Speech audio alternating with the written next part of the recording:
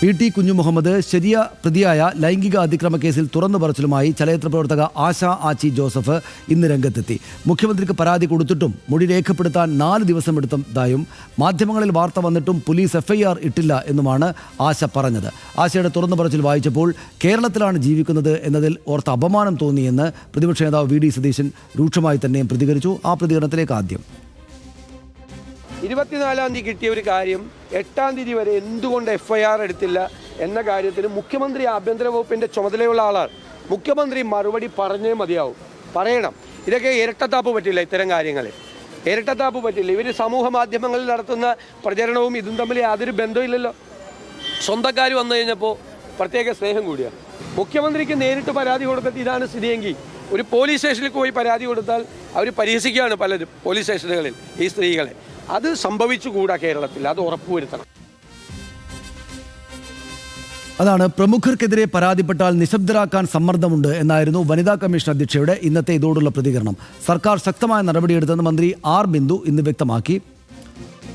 നമുക്ക് സൈഫുന്നിസ അലിയാറാണ് ഇതിൻ്റെ വിവരങ്ങളുമായിട്ട് ചേരുന്നത്. സൈഫുന്നിസ, ഇതിപ്പോൾ വലിയ ഒരു വിഷയമാണ്. സ്വാഭാവികമായിട്ടും ഇതിനകത്ത് ആശ ആച്ചി ജോസഫിൻ്റേത് വളരെ ആത്മാർത്ഥതയുള്ള, അങ്ങേയറ്റം സത്യസന്ധമായ, വളരെ എന്നാൽ ഷാർപ്പായിട്ട് വളരെ കരുത്തോടെയുള്ള ഒരു വിശദമായിട്ടുള്ള തുറന്നു പറച്ചിലാണ് ഇന്ന് മലയാള മനോരമയിലൂടെ നമ്മളാകെ വായിച്ചത്, കേരളമാകെ തന്നെയും വായിച്ചത്. അതേ തുടർന്ന് നമ്മളിപ്പോൾ കണ്ട പ്രതികരണങ്ങളൊക്കെ ഉണ്ടാവുകയും ചെയ്തു. നമ്മൾ ഏത് നിലക്കാണ് അതിനെ കാണേണ്ടത്? സർക്കാരിൻ്റെ ഭാഗത്ത് നിന്ന് ഇക്കാര്യത്തിൽ വേണ്ട ജാഗ്രതയോടെയുള്ള ഇടപെടൽ ഉണ്ടായില്ല, ഇമ്മീഡിയറ്റ് ആയിട്ടുള്ള ആക്ഷൻ ഉണ്ടായില്ല എന്ന ഒരു കൺക്ലൂഷനിലല്ലേ നമ്മളെത്തുക?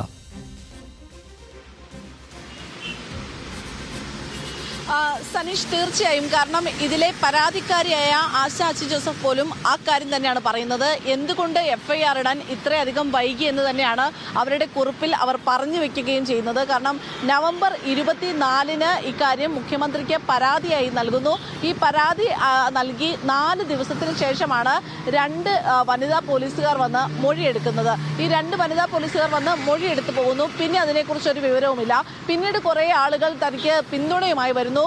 ഇപ്പോഴൊന്നും സംസാരിക്കേണ്ട, പുറത്തു പറയേണ്ട, നമ്മളുടെ സുരക്ഷയെ കരുതിയാണ് IFFKയിൽ നിന്ന് മാറ്റി നിർത്തും, അങ്ങനെ പല പല പല വാഗ്ദാനങ്ങളും ഇവർക്ക് നൽകുന്നു. പക്ഷേ ഈ ഡിസംബർ 8-ന് മാധ്യമങ്ങളിലൂടെ ഈ വാർത്ത പുറത്തു വരുന്നത് വരെ ഇത് FIR പോലും ഇട്ടില്ല എന്നുള്ളത് ഈ പരാതിക്കാരിയെ പോലും അത്ഭുതപ്പെടുത്തുന്നതും നിരാശപ്പെടുത്തുന്നതുമായ കാര്യമാണ്. കാരണം കൃത്യമായി ആശ പറയുന്നുണ്ട്, ഞാനൊരു പരാതിക്കാരിയോ അല്ലെങ്കിൽ അതിജീവിതയോ അല്ലെങ്കിൽ ഇരയോ എന്ന ലേബലിൽ മിണ്ടാതിരിക്കാൻ തീരുമാനിച്ചിട്ടില്ല.